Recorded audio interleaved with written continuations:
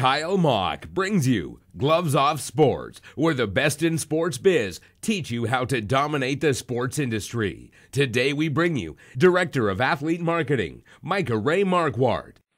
Hi guys, how are you? I'm Mika Marquart.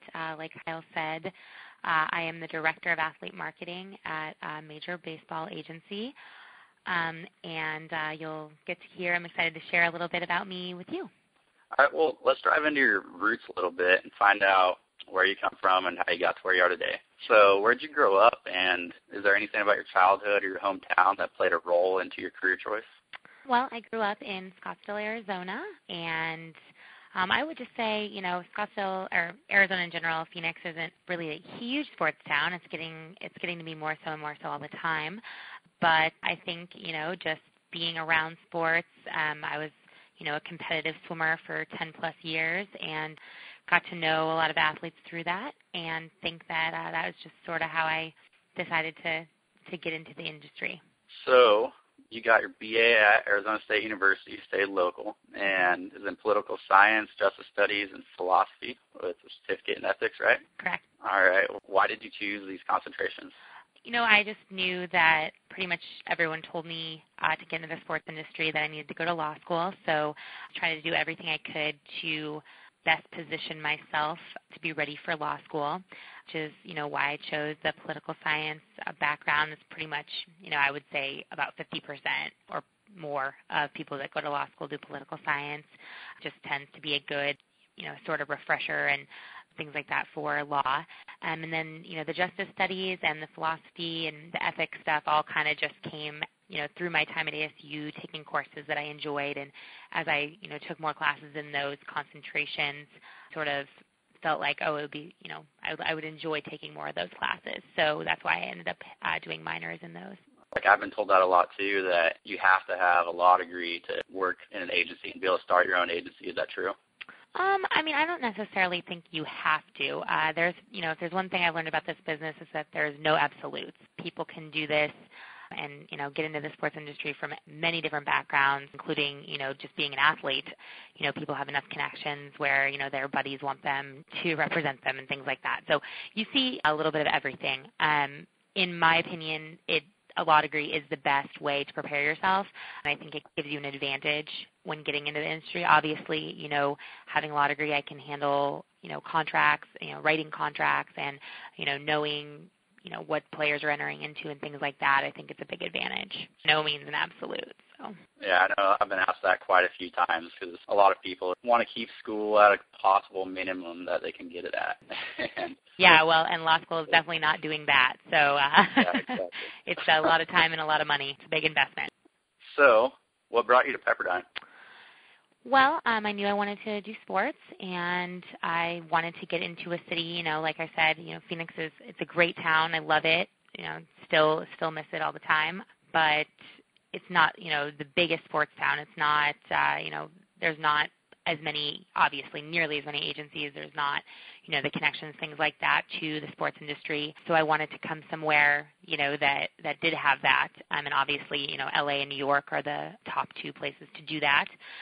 So I kind of started looking at LA schools, and Pepperdine was just the best fit for me out of the Los Angeles law schools.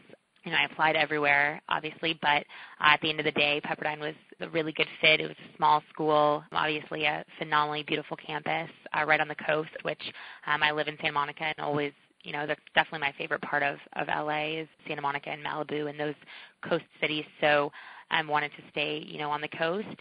Just got a great feeling from it when I was there, so that's how I chose it. Actually had one of my best friends who went to Pepperdine, so I go over there quite a bit.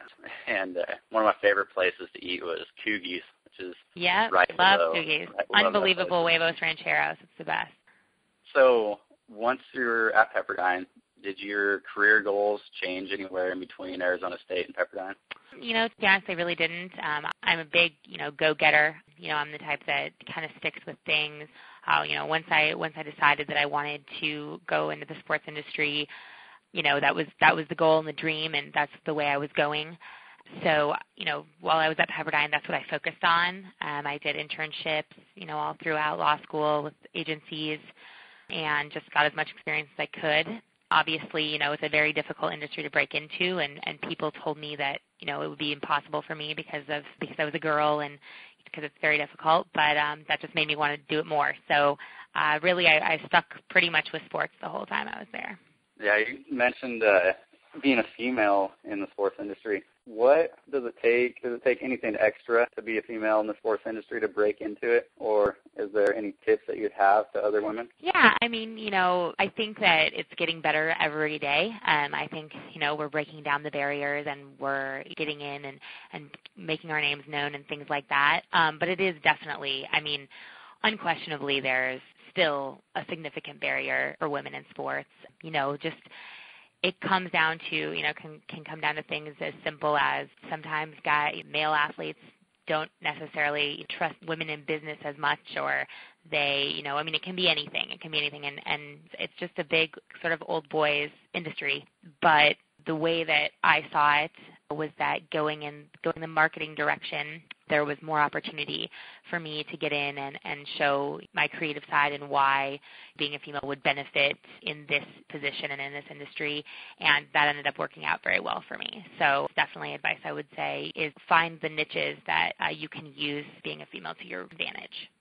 Awesome. You also mentioned having some internships while you're there. What kind of internships did you have? Well, I had a good mix. I did some legal internships so that I would have the law background, in the event that I ended up having to do law for a little bit. And I also did several internships with agencies here in town, as well as, that's both sports and entertainment agencies I had internships with, and then actually left one of the agencies and went with my boss when he started his own sports and entertainment firm. So kind of got all kinds of different experiences and internships. I was, very lucky. I just kind of was in with the right people at the right time and talking to different people and, got my name out there and was able to nail down several different internships in sports and entertainment that way. Okay. So would you say that having connections is a big player in finding that job in sports? To be honest with you, having connections is one of the only players.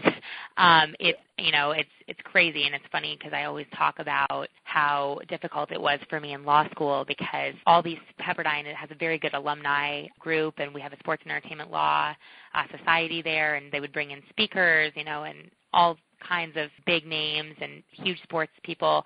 And every single one of them would say the same thing, when people asked how they got in the sports industry, they'd say, I got lucky, or I fell into it. I knew the right person. I was in the right place at the right time. And that was so frustrating to me because I really wanted someone to tell me, I worked my way up and I did this and I did that. And, while all those things are well and good, the truth of the matter is the industry of sports is super into the trust aspect. It's a huge part of this industry. You really have to trust, and I think that's a big part of why it's about who you know, because people want someone that they have a tie to and that they can trust and that they know is going to be good working with their players, because truly, like, your clients are bread and butter. They're your life in this industry. So I think that makes a huge difference, and, it's funny because now, when I tell my story, I kind of have to say the same thing. I did the internships and I got the experience, and I think, my law degree and all those things were helpful. But in the end, it came down to getting connected with the right people, and it was a random connection. It was a random family friend that had contact, and I came in and I interviewed, and having all those other things worked, but it was that connection that got me in the door. So it's a huge, huge, huge part of the sports industry, and one of the biggest things I think that can make you break you in the industry. Do you have any tips on how to network with people that are in the industry already if you're a kid that's coming out of college? Yeah, I would just say do everything you possibly can. Go to every event, even if it's across town at 8 p.m. on a Wednesday. Go. Make the trek. Pay for the parking. Do what you need to do to get there and to talk to as many people as possible.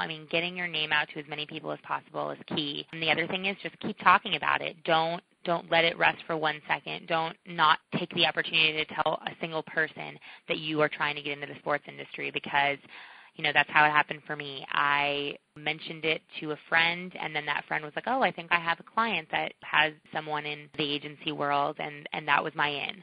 they would have had no idea who I was had it not been for me saying that at that moment. So just tell everyone you know, because you never know who could have a random connection. So you eventually became Assistant Attorney General of the state of Arizona. What do you think contributed to you getting that job? Yeah, I was one of the Assistant Attorney Generals for Arizona.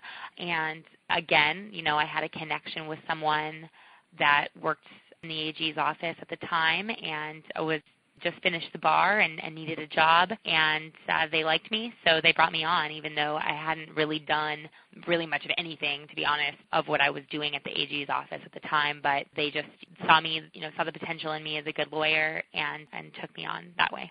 So 4 months after you started that job, you flipped the switch and became the Director of Athlete Marketing for an elite agency that specializes in Major League Baseball clients. How did you land that gig, and what got you to transition into sports from being an Assistant Attorney General? Well, sort of the key to that question is that I wanted a job in law and knew I needed to take the opportunity to get that experience. I always wanted to do sports. There was never any other alternate career goal. So while I had a great experience at the AG's office, and wouldn't trade it, wouldn't do it any differently than the way I did it, because I think that it worked out to my benefit to do it that way and to take that job in law and get that experience. That was really never the goal. The goal is always sports. So I just kept my connections up and, kept talking to people, and like I said, kept talking about it. And that's how, I got, my family friend Jeff, when I was telling him about it, a light bulb went off that he had, a friend in the industry, and that's how I got the in. And then just so happened that it was really a right place at the right time, meant to be moment, because I came in and I did sort of an informal meeting conversation with one of my bosses now, and he just said, I think you're great, I think you do a great job in this industry, but we just don't have anything right now. And the very next day, the person that was in my position now put in their notice. So it just so happened that I'd come in and I'd come and flown out to LA on my own dime to do that meeting, and it just worked out. So it was one of those things that, it was a short time. I was only at the AG's office for 4 months, and it's kind of like, what do I do? Do I leave this job so soon? But, obviously, I had my dream job, so I had to take it. All right, we'll get back into sports marketing, and what would you say an average day on the job is like for you as the Director of Athlete Marketing? I would say that it sort of varies. It's tough to really pinpoint what a day looks like in this job, because it's all over the place. But to give you some ideas of some of the things I do, I'm on the phone a lot. I'm on the phone with big companies, corporations from all over the country. Our agency represents guys with pretty much in every organization and on every major league team in the country. So I am literally on the phone with everyone from New York to Toronto to Dallas to, everywhere, all over the place. So just constantly on the phone with different companies, selling our players, finding out who wants to work with them, what ways we can work together, all those different kinds of things.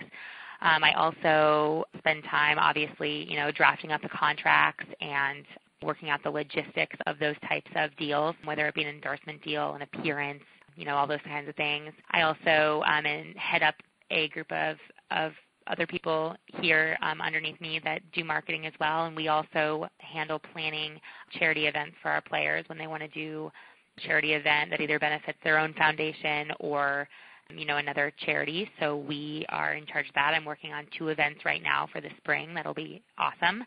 Other than that, another big part of it is just making sure that the guys have everything they need and they want, and everything that we can possibly provide to them. So whether that be if we have protein for them or different compression gear or free product, different products that we get for them, making sure they have it all, making sure they're in the right place at the right time for their events, and making sure they're happy is really the all-encompassing part of my job. So, are there any shadowing opportunities for people that would want to eventually work their way up to the Director of Athlete Marketing?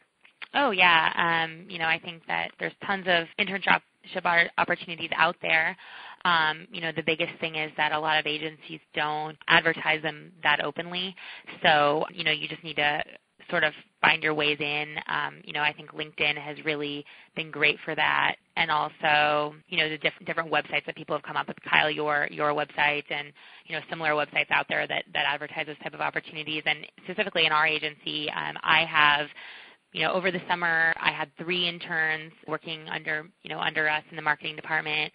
We have a few other departments that do interns as well. And right now I have 2. So I have interns year round, and am sort of the mindset that, with the exception of office space, which we struggle with sometimes when we have a lot of interns, I could take on, as many interns as possible, because the thing about my job is that there's always phone calls to be made. There's always people to be talking to. It's a numbers game. It's essentially a sales job. So, the more people I can have on the phones, the better. So there's always opportunity out there for you. You just got to track it down. We know about a lot of the perks of the job, but there's no job that comes with no cons at all. Are there any kind of standout cons about being the director of athlete marketing? I think there's pros and cons to every job, One thing about this job is that it is stressful because it's result-based. If you're not getting the deals and you're not getting the results for the players, then that can be stressful. So you want to just make sure that they're always happy and you're doing everything and staying on top of it. The other thing is that I have to constantly carry around 2 phones, which is kind of a pain, and I have to constantly be on my phone. If something, if we have something going on, or even if we don't, if a player needs something, that can be on Sunday at 2 when I'm sitting at home watching the games. It can be, in the middle of the night. It can be any time, and I have to be on it and ready to answer to everyone's beck and call, whenever they need me. So that's another sort of con to it, but it's not that bad. All right, so we got all the bad stuff out of the way. Then what are some things that just bring you back to the job every day, other than your love for sports, things that just keep you going back every day? Yeah, absolutely. There's a lot of things. I really enjoy what I do, which I think is huge. I think there's too many people out there that don't enjoy what they do.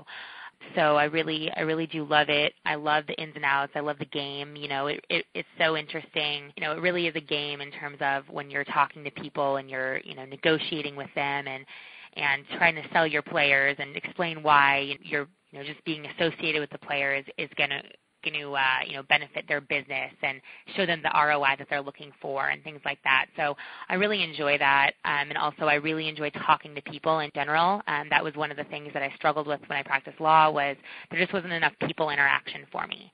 I'm a big people person, and I love, to talk and have that.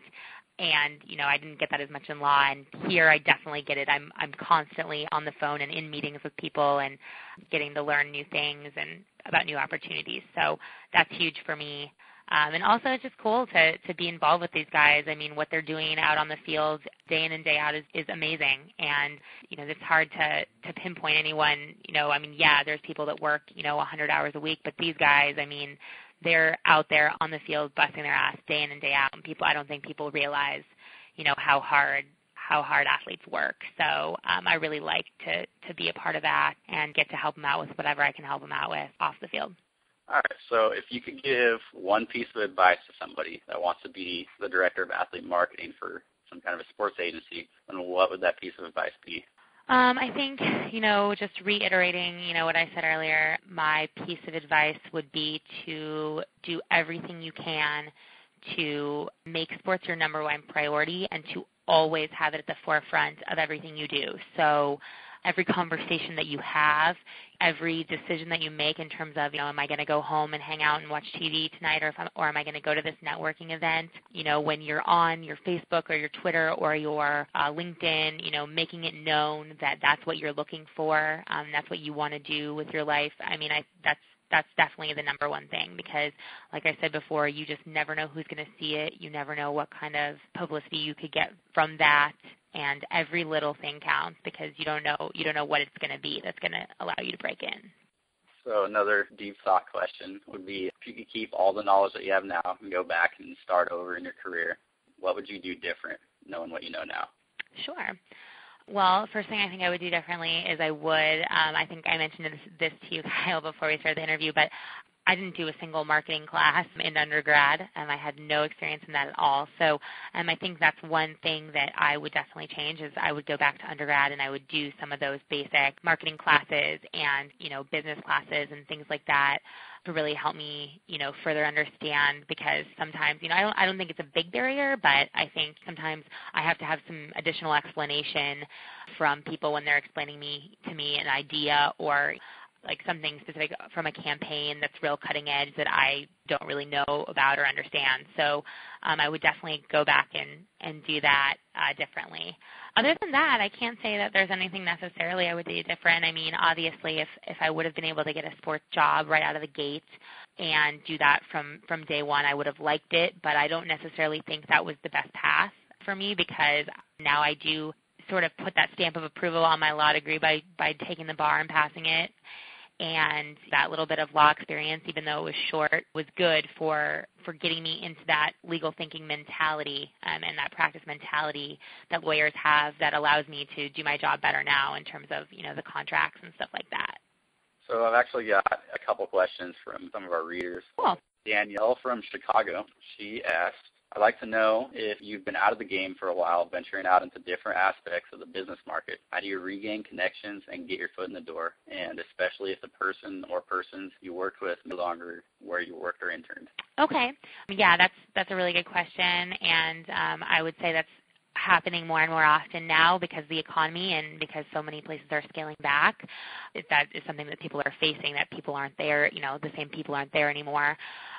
What I would say is, just try to use what you have. So whether that be your social media accounts, whether that be LinkedIn, maybe try to find those people, track them down. There's a lot of ways to do that now and try to reconnect with them that way, see what they're doing now, and if they know, of anyone that you could connect with at those places that you were at or at other, similar agencies or places.